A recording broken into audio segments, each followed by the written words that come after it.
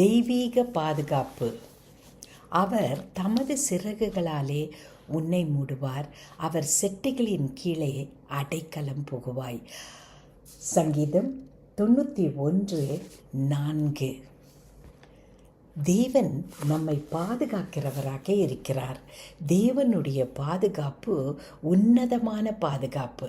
அதற்கு மிகையானது இந்த உலகத்தில் எதுவுமே கிடையாது.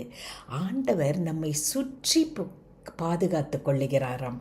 ஒரு தீமையும் நம்மை நெருங்காதபடிக்கு தேவன் நம்மை பாதுகாக்கிறார். நண்பரே, அமைதலாயிருங்கள், உங்களையே அலட்டி கொள்ளாதீர்கள். எந்த வேலையை செய்து கொண்டிருக்கிறீர்களோ தைரியத்தோடு செய்யுங்கள். உங்கள் மனதில் நீங்கள் வைத்து கொள்ள வேண்டியது, தேவன் என்னை பாதுகாக்கிறார். அன்பின் பரம தகப்பனே, அப்பா, நீர் எங்களை பாதுகாக்கிறபடியினால் உமக்கு நன்றி செலுத்துகிறோம். ஆண்டவரே, உம்முடைய பாதுகாப்போடு இன்று நாங்கள் வெற்றியோடு வாழ கிருபை செய்யுங்க. ஆமேன்.